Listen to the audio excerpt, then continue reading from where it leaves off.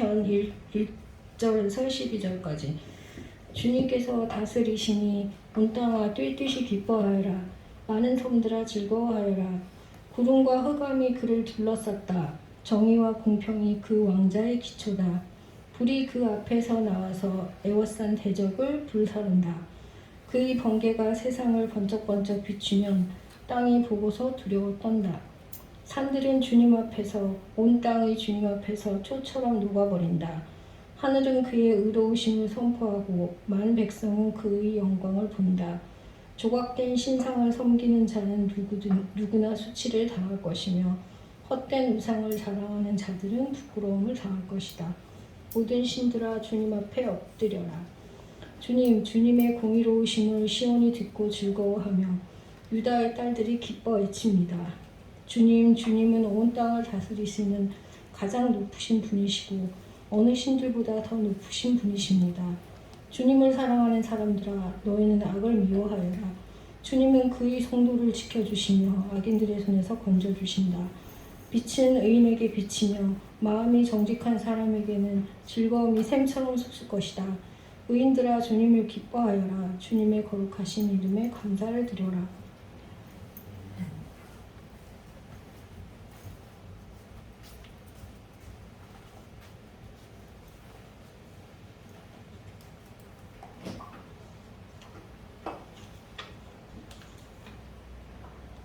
지난 주일에 저희 교회에서 예배의식 안 하고 2주 만에 오니까 좀 새로운 것 같아요.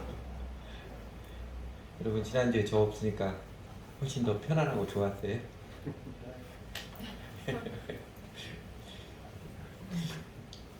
오늘 시편 97편인데 1절 1절 주님께서 다스리시니 온 땅아 뛸듯이 기뻐하여라. 많은 섬들아 즐거워하여라. 이게 시편 97편의 대전제의 선포입니다. 시편 23편처럼 여호와는 나의 목자신 내게 부족함이 없으리로다 하고 그 다음에 여호와께서 나의 목자 되셔서 부족함이 없는 모습 쭉 설명하는 것처럼 시편 97편도 제일 먼저 대전제 메인 주제를 선포를 하고 그 2절에서 12절까지는 그 야훼 주 하나님은 어떤 하나님이신지, 그 하나님이 세상을 어떻게 다스리시는지, 그래서 땅과 섬으로 상징된 천하의 모든 만물들, 특별히 하나님을 바라는 의인들은 무엇을 기뻐하고 어떻게 즐거워야 하는지 이 한 구절에 대한 상세한 묘사들이 2절에서 12절까지입니다. 그래서 1절은 이제 주제 선포고, 그 중에 2, 3, 4, 5절 구름과 흑암이 그를 둘러쌌다. 정의와 공평이 그 왕자의 기초다. 불이 그 앞에서 나와서 에워싼 대적을 불살한다. 그의 번개가 세상을 번쩍번쩍 비추면 땅이 보고서 두려워 떤다. 산들은 주님 앞에서 온 땅에 주면 초처럼 녹아버린다. 이거는 하나님이 어떤 하나님이신지를 증거하지요. 요약하면 정의 하나님이라는 걸 증거합니다. 하나님은 정의 하나님, 온 세상을 정의로 통치하신 하나님이심을 선포합니다. 그러니까 2절에서 5절까지 시어죠. 시적인 표현으로 묘사를 했지요. 시적인 묘사라 구름, 흑암, 불, 번개 이런 단어들에 특별한 의미가 있는 것은 아니고 물리적인 구름, 물리적인 번개 이런 걸 가리킨 것도 아닙니다. 그러나 이제 구름과 흑암이 하늘을 가리울 때가 있듯이 세상에 정의 하나님이 어디 있느냐? 사람들 곧잘 그렇게 말하는데 정의 하나님이 사람들의 눈에 쉽게 보이지 않을 때도 있으나, 그러나 야훼 하나님의 본질적인 특성은 정의 하나님, 세상을 정의롭게 다스리시는 정의 하나님이시다. 그리고 마침내 그 하나님의 정의의 통치가 드러날 때에는 죄악의 세상은, 죄인들은 두려워 떨 수밖에 없고 하나님의 백성은 나타난 그 영광에 기뻐하며 즐거워한다. 이걸 선포합니다. 그래서 2절에서 5절까지 강조하는 정의 하나님이고, 그 다음 이제 6절에서 9절까지는 이렇게 구분해 볼 수 있을 것 같아요. 6절 다시 읽어보면요. 하늘은 그의 의로우심을 선포하고 만백성 그의 영광을 본다. 하늘의 하나님께서 마침내 때가 되어서 정의로우심을 선포하실 때 모든 사람이 그 하나님의 영광을 보게 되는데, 그 다음에 7절과 8절, 9절 보면 두 부류의 사람이 대조적이 되지요. 7절 조각된 신상을 섬기는 자는 누구나 수치를 당할 것이며 헛된 우상을 자랑하는 자도 부끄러움을 당할 것이다. 모든 신들아 주님 앞에 엎드려라. 8절 주님이 공의로우심을 시온이 듣고 즐거워하며 유다의 딸들이 기뻐했습니다. 주님은 온 땅을 다스리는 가장 높으신 분이시고 어느 신들보다 더 높으신 분이십니다. 하늘의 하나님이 정의로우심을 선포하실 때 모든 백성들이 하나님의 영광을 보는데 그 정의 하나님 앞에 운명이 판이하게 다른 두 그루의 사람들을 증거를 하지요. 7절은 헛된 우상, 조각품을 섬기고 이런 게 아니고요. 불상에 절하고 이런 모습이 아니라 쾌락이든 번영의 우상이든 쾌락에 집착하는 사람이든 번영에 집착하는 사람이든 헛된 우상에 집착하는 자들은 구름 거치고 하늘빛이 환하게 비치는 날에는 그 추잡한 마음과 행실이 고스란히 드러나서 하염없이 부끄러움을 피하지 못할 것이다. 고발을 하는 것이지요. 그 다음에 8절 9절은 문체가 기도죠. 주님하고 나타나는 감탄의 기도, 감격의 찬양입니다. 헛된 우상에 집착하는 자들, 헛된 우상에 집착하는 사람들과는 대조적으로 시온, 유다의 딸들이라고 묘사한 하나님의 백성들, 하나님을 경외하는 사람들은 나타난 하나님의 정의로운 통치 앞에서 감격하며 감사의 고백을 드리며 그리고 경배와 찬양을 드립니다. 이제 8절 9절이지요. 그래서 뚜렷한 대조를 보이는 하나님의 정의의 통치 앞에 두 그루의 사람들을 보이고, 그리고 이제 10절에서 12절 주님을 사랑하는 사람들아 너희는 악을 미워하라. 주님은 그의 성도를 지켜주시며 악인들에게도 건져주신다. 빛은 의인에게 비치며 마음이 정직한 사람에게는 즐거움이 샘처럼 솟을 것이다. 의인들아 주님을 기뻐해라. 주님의 거룩하신 이름에 감사를 드리라. 주님을 사랑하는 사람들아 이렇게 부르며 시작하듯이 이렇게 하나님께서 본질상 정의 하나님이시니 주님을 사랑하는 하나님의 백성아 너희는 악을 미워하라. 적극적으로 정의를 추구하며 살라고 증거하고, 이렇게 위하여 하나님은 의인들을 지켜주시고 그 의인들을 찬란한 인생이 되게 하시고 의인들의 심령에 해맑은 즐거움, 짜릿한 즐거움을 한껏 더하게 하시니까 그 정의 하나님을 기뻐하며 살아가라. 이게 증거합니다. 그래서 정의 하나님께 좀 이쁘게 응답하며 날아가라. 이 메시지를 전하는 것이죠.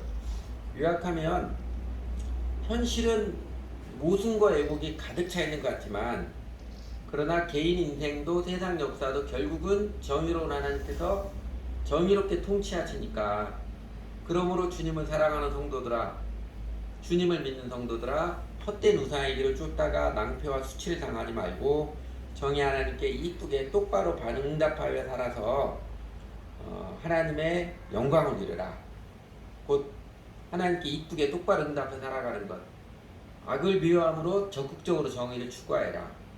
주님의 기뻐함, 주님께 감사를 드리며 살아서 마침내 하나님의 생명과 영광의 빛이 비춰지고 그 심령의 기쁨과 즐거움이 샘솟듯 넘쳐나는 감격적인 인생을 살아라.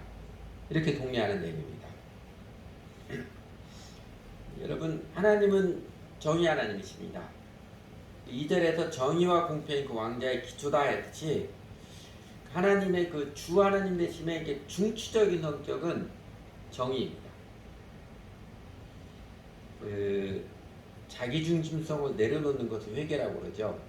회개, 자기중심성을 내려놓기 싫어하는 인간들이 그래도 구원은 받아야 되겠다 해서 회개 없는 구원에 집착하느라고, 이런 사람들은 사랑의 하나님, 은혜의 하나님은 크게 강조하면서 정의 하나님, 공평한 하나님에 대해서는 간과했던 모습들이 기독교 역사에서 숱하게 많이 있습니다. 그리고 그럴 때마다 그렇게 정의 하나님을 간과하고 그냥 회개 없는 구원 어떻게 받을 수 있지 않을까, 구원 어떻게 쉽게 받을 수 있지 않을까 해서 사랑의 하나님, 은혜 하나님만 무조건 집착을 하는, 그때마다 사실 교회는 무기력했고요. 그리스도인들은 세상의 빛과 소금이 아니라 사회인들로부터 지탄의 대상이 되었습니다. 제일 도드라지게 나타났던 역사애가 종교개혁 직전의 유럽교회의 모습들이었고, 그 이후 종교개혁 이후도 개신교 안에서도 영국이나 미국에서 복음, 예수를 믿고 따르는 신앙이 기독교 문화로 자리 잡을 때마다 나타나는 현상들이었습니다. 그러니까 기독교 가정에서 태어나서 어려서부터 이제 교회당 다니는 유아세례 받았으니까 구원은 받았겠다고 여겨왔던 그 모습 말입니다. 오늘날도 서구의 교회들과 특히 우리 대한민국 교회들은 똑같은 현상들이 나타나고 있습니다. 막연히 사랑의 하나님, 사랑이 무한하신 하나님, 은혜의 하나님이라는 관념에 기대어서 그래도 구원은 받았겠거니, 영접기도 했으니까 교회를 다니니까 구원은 받았겠거니 해서 죄에 대해서는 아무런 경각심이 없이 그냥 교회 다니는 사람들 모습, 그 모습 말입니다. 오늘날 대한민국 사회에서 일반 사회인들이 이제는 복음을 아예 들으려고조차도 하지 않고 기독교를 개무시하고 서슴없이 비난한 제일 큰 이유, 왜 그런 것 같아요? 교회가 정의를 무시했기 때문에 그렇습니다. 교회가 본질이신 정의로우신 하나님을 간과했기 때문에 그렇습니다. 히브리서 11장에 보면 모세의 믿음에 대해서 이렇게 묘사를 해줬잖아요. 믿음으로 모세는 장성하여 바로의 공주의 아들이라 칭함받기를 거절하고 도리어 하나님의 백성과 함께 고난받기를 잠시 죄악의 낙을 누리는 것보다 더 좋아하고 그리스도를 위하여 받는 수모를 애굽의 모든 보화보다 더 큰 재물로 여겼으니 이는 상 주심을 바라봅니다. 세상의 영광을 거절하고 세상의 재물체, 세상의 낙, 죄악의 낙보다도 그리스도와 함께 고난받기를 더 좋아하고 그리고 세상의 재물보다도 그리스도를 받는 수모를 오히려 더 큰 보화로 여겼습니다. 이 정의의 정신, 믿음의 절개가 모세처럼 세상의 영광과 세상의 재물의 유혹을 거절할 줄 아는 이 정신, 믿음의 정신이 없기 때문입니다.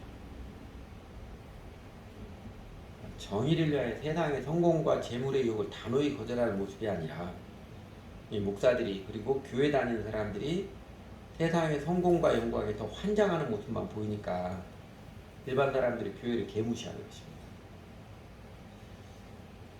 대한민국 교회에 큰 영향을 미쳤던 대천덕 신부님 있죠? 그 강원도 태백에 예수원을 만들어서 그 산골짜기에서 드리는 기도, 그 산골짜기에서 던지는 삶의 메시지가 한국교회의 맑은 메아리가 되게 했던 대천덕 신부님. 당신이 죽기 전에 마지막 한국교회 당부한 유지가 이것이었습니다. 미가서 6장 8절 우리가 잘 아는 말씀이죠. 사람아 주께서 선한 것이 무엇임을 내게 보이셨나니 곧 공의를 행하며 인자를 사랑하며 겸손히 내 하나님과 함께 행하는 것이 아니냐. 이 말씀이 인용하여서 주께서 선한 것이 무엇이고 제일 첫 번째로 보인 게 공의, 정의 아닙니까? 이제는 한국교회가 정의를 세워야 할 때입니다. 하나님께서 기뻐하신 첫째가 공의, 공공의 정의를 행하는 것임을 역설했습니다. 그렇게 그 루벤 토레이 목사님, 대천덕 신부님이 한국교회 드리는 마지막 당부 유언으로서 정의를 행해야 할 때입니다. 그 권고함의 바탕에는요, 한국 기도인들이 사랑을 많이 좋아하고 강조했지만 정의를 무시한 모습이 많기 때문입니다. 하나님을 사랑한다고 하고 교회를 사랑한다고 하지만 교회의 성장과 번영의 복을 뱉지 하나님 앞에 정직할 줄 모르는, 그러니까 교회 문을 닫아도 하나님 앞에 정직하겠다 이런 이걸 뭐라고 그래요? 절개, 근성이 없기 때문에 그렇습니다. 정의 없는 사랑은요 자기 연민의 타령일 뿐입니다. 교회가 하나님의 사랑을 노래하지만 정의를 간과한 사랑 타락에 빠져있는 한 교회는 궁색하고 초라한 물꼬를 벗지 못할 것입니다. 대천덕 신부님이 20년 전 2002년 8월에 소천하셨습니다. 8월 6일에 소천하셨는데 그 소천하신 지 벌써 20년이 넘었는데 한국교회 현실은 그때나 지금이나 많이 변한 것 같지는 않습니다. 오늘 시편 97편 그 7절에도 그러죠.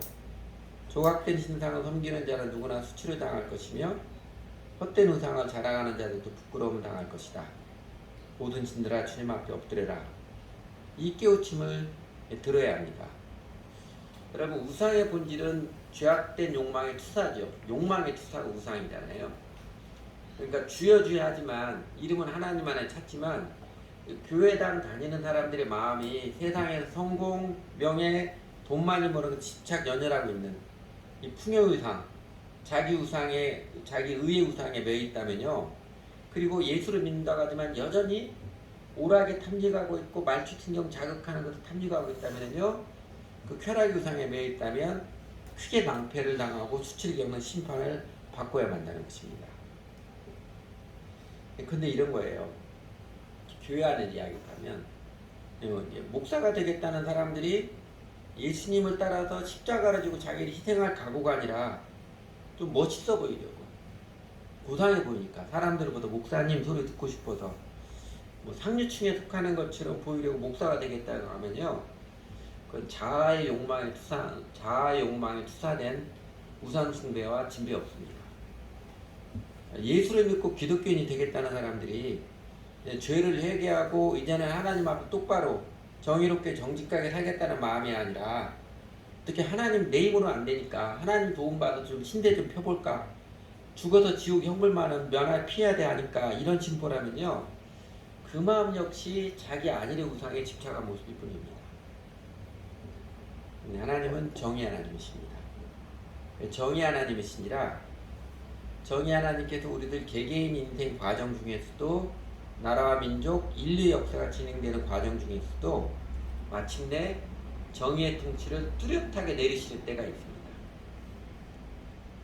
얼마 전에 봤던 시편 89편 14절에서 그 2절과 오늘 97편 2절과 비슷한 말씀이 있었지요. 이런 겁니다. 의와 공의가 주의 보좌의 기초라. 인자하심과 진실함이 주를 압수행하나이다. 이 말씀처럼 의와 공의가, 정의와 공의가 주님의 보좌의 기초다. 하나님의 본질은 정의 하나님이십니다. 인자하심과 진실함, 여기 때 진실함은 널리 알려진 히브리어의 헤세드라는 단어인데, 이건 사랑의 신실함을 말합니다. 사랑의 한결같음을 말해요. 하나님께서 언제나 인자하심과 한결같은 사랑으로 언제나 앞서서 내리시지만, 그런 하나님께서 정의 하나님이신 본색을 드러냈을 때가 있습니다. 여러분, 예수님도 은혜와 진리가 충만하더라 하셨고 나는 세상의 빛이라 증거하셨듯이 예수님도 진리 정의의 주님이십니다.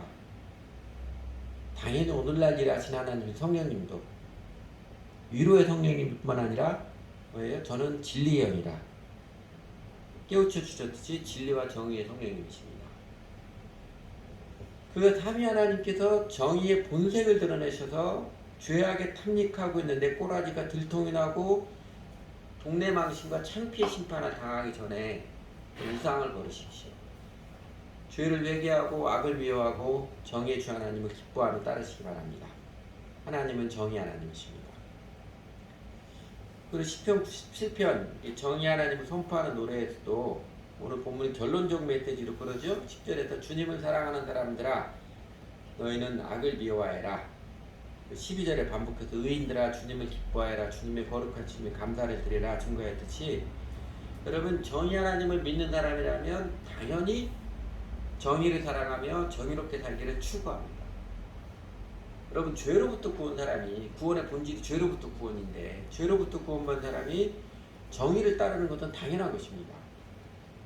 죄를 용서받고 죄로부터 구원받는 사람이 정의를 따르지 않고 올바른 길, 삶의 올바른 태도를 무시한다면요, 아마 그 사람은 사실은 죄로부터 구원받은 게 아닐 것입니다. 소위 요새 구원파들이 말하는 싸구려 복음, 한 번 어떤 행위를 하면 영원 불변해도 지옥까지 훅 간다고는 성경적이지 않은 싸구려 복음을 받아들이는 것일 뿐일 것입니다. 정의 하나님 믿고 따라서 정의로운 삶을 추구하는 길, 뭐가 정의로운 삶을 추구하는 길이겠어요?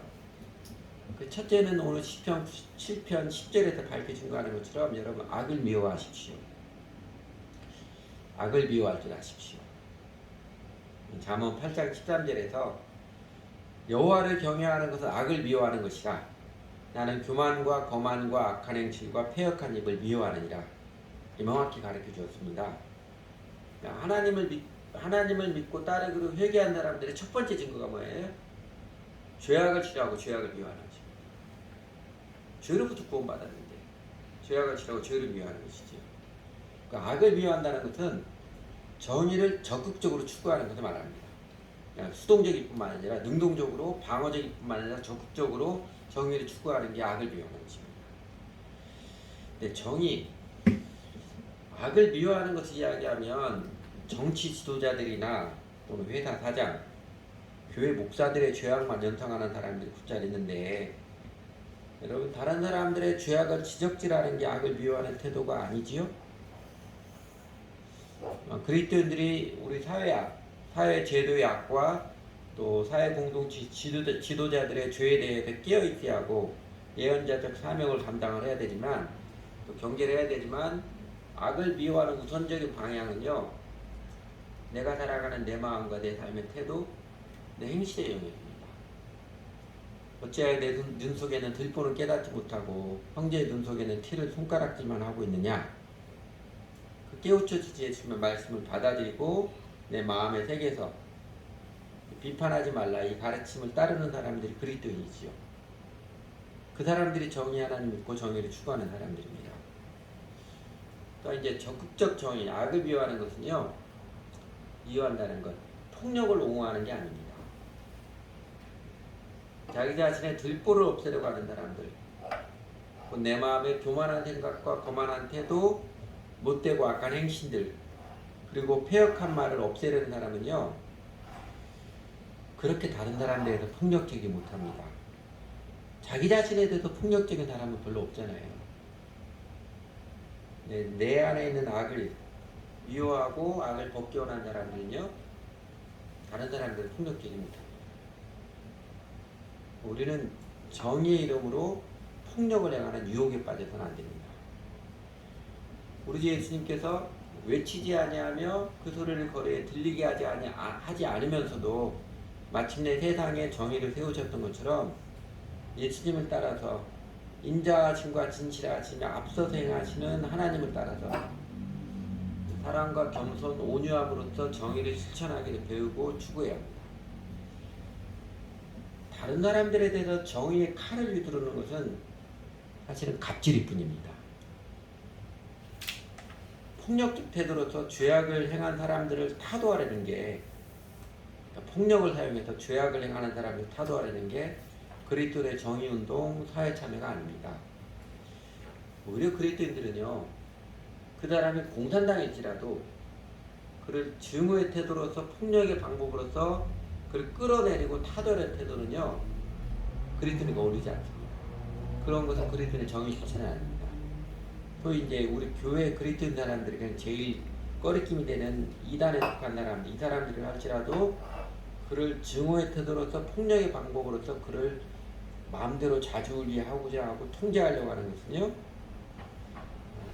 갑질하고자 하는 인간의 욕망이지 그리스도의 정의 실천이 아닙니다. 악을 미워해라. 내 자신의 마음과 태도에서 습관화된 죄악을 미워하고 제거하기 힘써야 합니다. 그리고 그때 시편 97편의 약속처럼 살아계신 주 하나님께서 나를 지켜주시고 내 심령과 삶의 생명의 빛을 비춰주시고 즐거움과 기쁨을 환하게 내려주시며 하나님의 생명과 능력을 함께 해주심을 감격적으로 누리며 짜릿짜릿하게 누려서 기쁨에 겨워서 살아갑니다. 그 정의 하나님을 믿고 따라서 정의로운 삶을 추구하는 게 두 번째는요, 하나님의 정의의 통치가 힘있게 나타나도록 기도하십시오. 시편 기자가 정의 하나님을 선포하고 즐거워하라 선포하는 것처럼, 또 하나님 앞에 기도하는 것처럼 하나님의 정의의 통치가 내가 속한 우리 시대 우리 공동체들에 나타나도록, 내 개인의 심령뿐만 아니라 내가 살아가는 삶의 영역들에 나타나도록 기도하십시오. 시편 97편 결론에서 주님을 사랑하는 사람들아 너희는 악을 미워하라 하고, 그 다음에 의인들아 주님을 기뻐하여라, 주님의 거룩하심에 감사를 드려라, 이렇게 선포하지요. 주님을 기뻐하여라. 어떤 거예요? 쭉 문맥에서는 정의 하나님, 정의롭게 세상을 통치하실 그 하나님을 기뻐해라, 그 내용이잖아요. 그 하나님의 정의의 통치를 기뻐하는 사람이라면 당연히 그 하나님의 정의의 통치가 더 힘있게, 더 선명하게, 더 많은 영역에서 내려지기를 간절히 기도할 것입니다. 우리 예수님께서 이렇게 기도하라 가르쳐 주시면서 하나님 나라가 임하시오며 하나님의 뜻이 하늘에서 이룬 같이 땅에서 이루어지이다. 하나님의 정의로운 통치를 구하는 기도를 우선적으로 기도하라고 가르쳐 주셨듯이 주 하나님을 사랑하는 사람은 주 예수님을 사랑하는 사람은 당연히 주님의 정의로운 통치를 구하는 기도의 삶에 헌신적입니다. 여전히 인간의 죄악 때문에 모순과 왜곡이 넘쳐나는 사회 현실, 그 세상 나라들의 정의를 세우는 길, 정의로운 사회, 정의로운 국가를 구현하는 그리스도인의 우선적인 참여는요, 오로지 예수님의 가르침에 따라서 하나님의 통치가 임하여지도록 신실하게 기도하는 기도의 삶을 살아가는 것입니다. 그 역사의 수레바퀴가 정의롭게 굴러가도록 하나님께서 정의의 통치를 내려주시는데 제일 중요한 관건은 교회의 정직한 기도입니다. 예수님이 가르쳐주신 가르침에 순종하여서 하나님의 정의의 통치가 임하도록 교회가 기도하는 그 정직한 기도가 제일 중요합니다. 성경 안에 제가 일일이 예를 들지 않겠지만 여러분이 충분히 연상하라는 거, 모세의 경우도 그렇고 다윗의 경우도 그렇고 엘리야의 경우도 바울의 경우에도 요새 사도행전 보면서 바울의 모습 보시겠지만 하나님 기가 막히게 통치하고 인도하시잖아요. 그 예들이 숱하게 많이 있습니다. 그리고 역사에서도 그 예들이 많이 있습니다. 동독과 서독으로 나뉘어졌던 독일이 90년대 초반에 90년대 극적인 통일을 이룰 수 있었던 배경에는요, 1982년부터 1982년부터 시작된 작은 기도 모임이 있었습니다. 1982년에 10여 명의 동독 청년들이 동독이 공산주의 국가였지만 그래도 민주화 운동을 하고 그랬습니다. 민주화 한다가 경찰에 쫓겨가지고 라이프치히에 있는 니콜라이 교회당에 들어갔어요. 숨으로 들어갔습니다. 교회당에 들어왔으니까 거기서 우리 기도하자 해서 이 10여 명의 청년들이 그때 교회당에서 기도하기 시작했습니다. 기도라는 이들의 마음이 새롭거든요. 그러니까 그러면 월요일마다, 그날이 월요일이었어요. 월요일마다 여기서 모여서 기도하자. 그래도 월요일마다 그 10여 명의 청년들이 기도하면서 촛불을 켜고 니콜라이 교회당에서 월요일 밤마다 기도를 했습니다. 그게 1989년까지입니다. 1989년까지는 그러니까 군 9년 가까이죠. 그럼 8년까지는 10명, 20명, 한 30명 이 사람들이 계속 월요일마다 거기 기도를 해왔어요. 그렇게 한 10여 년, 8, 9년 동안 2, 30여 명이 불과했었는데 1989년부터 갑자기 사람들이 기도하러 온 사람들 불어나서 그 교회당 안에 사람들 다 모일 수가 없었어요. 그래서 이제 교회 마당에까지 사람들 앉아서 기도를 하게 되었고, 그리고 그 기도하는 사람들의 소식이 퍼지자 동독에 있는 이 교회 저 교회마다 월요일마다 교회당에 촛불을 켜놓고 우리는 한민족입니다. 독일의 평화통일에 기도하기 시작했습니다. 서독에서도 교회도 그 기도를 듣고 서독의 교회도 월요일 저녁마다 사람들이 모여서 우리는 한민족입니다. 하나님께서 평화적으로 통일을 이루어주시기 기도했지요. 동독내에서만 12만여 명, 서독까지 다 합칠 때 많을 때는 30만 명이 월요일 저녁에 기도를 했습니다. 여러분 독일 통일의 이야기 많이 들어서 아시겠지만 사실 말도 안 되게 우습게 되었잖아요. 전혀 생각도 못하게 느닷없이 되었습니다. 정직한 자들의 기도, 하나님의 통치를 구하는 기도를 들으시고 하나님께 하십니다. 여러분도 하나님의 통치를 구하는 기도에 참여하는 특권과 영광을 누리시기를 바랍니다. 우리가 일부러 다른 교회에게 우리 따라서 기도해라. 우리도 한번 참 소문을 내가지고 사람들 40만 명이 기도하는 기도운동 만들어보자. 그렇게 해도 되는 거 아니에요. 그렇게 하면 오히려 안 됩니다. 우리가 큰 기도운동 만들어서 뭐 해보자. 그러면 안 돼요. 오히려 그런 거 하지 말아야 됩니다. 단지 이 땅에 서 있는 하나의 교회로서, 이 땅에 살아가는 하나의 그리스도로서 하나님의 사랑과 정의의 통치가 내가 살아가는 이 시대에 힘있게 내리도록, 내가 발딛고 따른 이 땅에 힘있게 내리도록 우리들의 소중한 시간 헌신적으로 들여서 우리가 함께 기도하는 동안 하나님께서 우리가 생각지 못한 방법으로 일하실 것입니다. 그리고 하나님께서 마침내 일하실 것입니다. 정의 하나님을 따라서 정의의 삶을 추구하는 두 번째 중요한 것은 하나님의 정의의 통치가 힘있게 되도록 기도하는 살아가는 것입니다. 그리고 셋째로 정의 하나님 믿고 따라서 정의로운 삶을 추구하는 길, 셋째는요, 자기를 부인하며 사랑으로 살아가십시오. 이게 정의 하나님한테 진정으로 정의를 추구하며 사는 일입니다. 여러분, 정의는 자기 목소리 높이는 게 아니지요. 진정한 정의, 하나님 앞에서의 정의는요, 우리 주 예수님께서 제자도의 핵심으로 가르쳐 주셨던 바, 자기를 부인하고 우리 주 예수님을 따라서 사랑으로 삶을 살아가는 길입니다. 여러분, 세상은 얼마나 많이 자기 권력 욕심을 정의라고 포장해서 부르짖으며 자기 의로움, 자기 영광을 내세우기 위해서 정의를 얼마나 많이 외치고 있나요? 우리는 그 유선자들 모습에 신물나게 느끼고 있잖아요. 진정한 정의는 자기 부인입니다.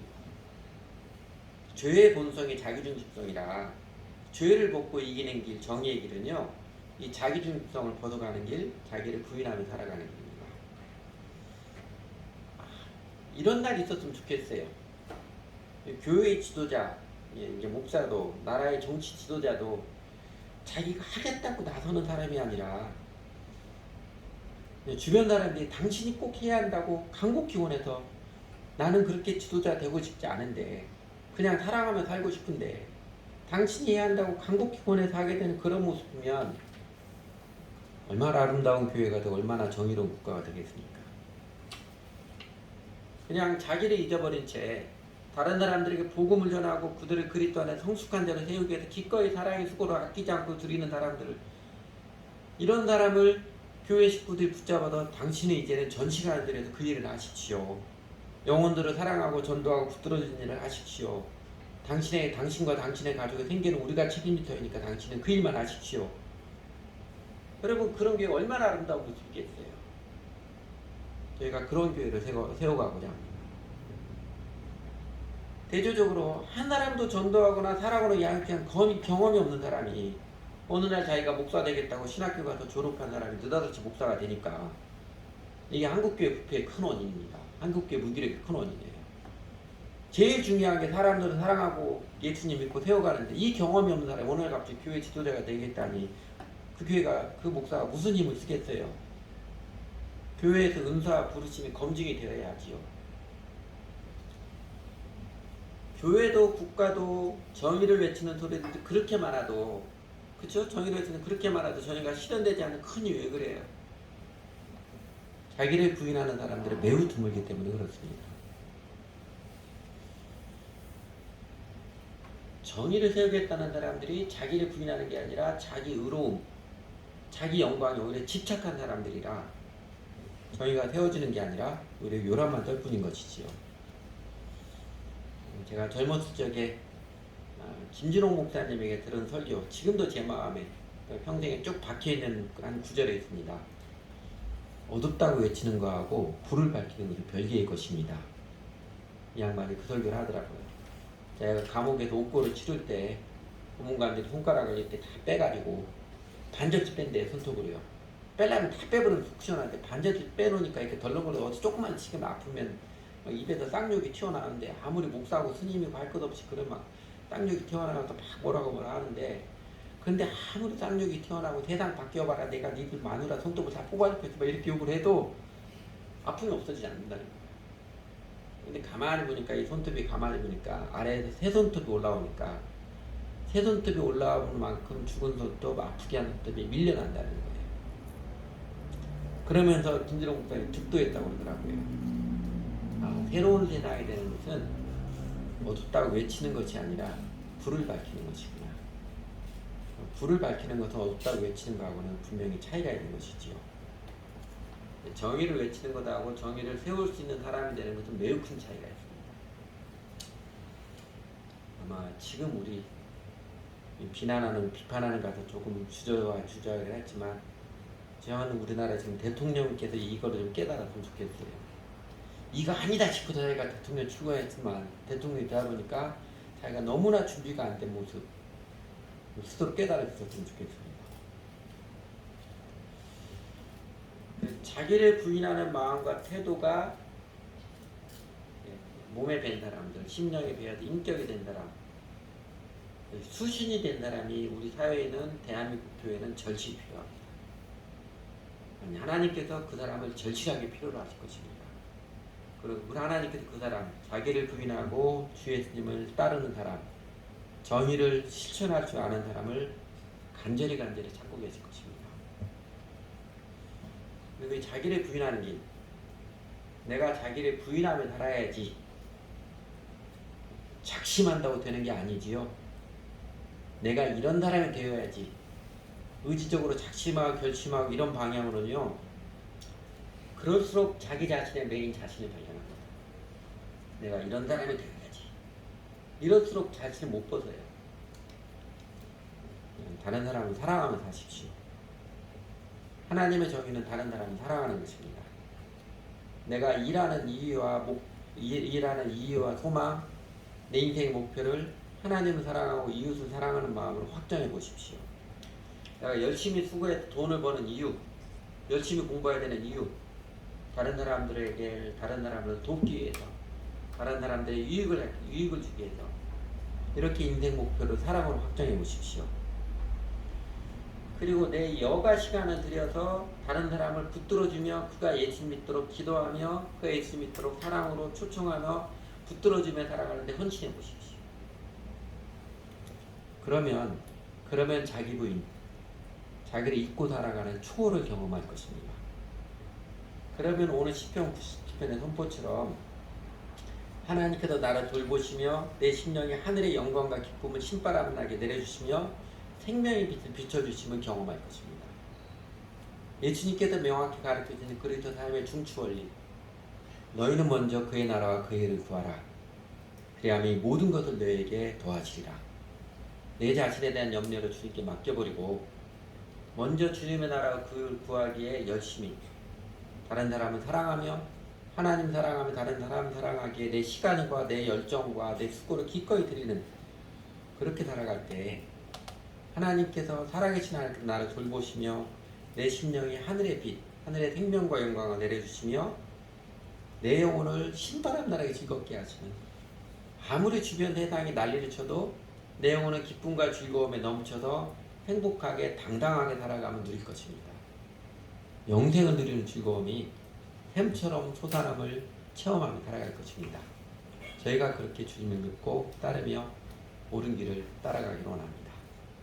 기도하지요.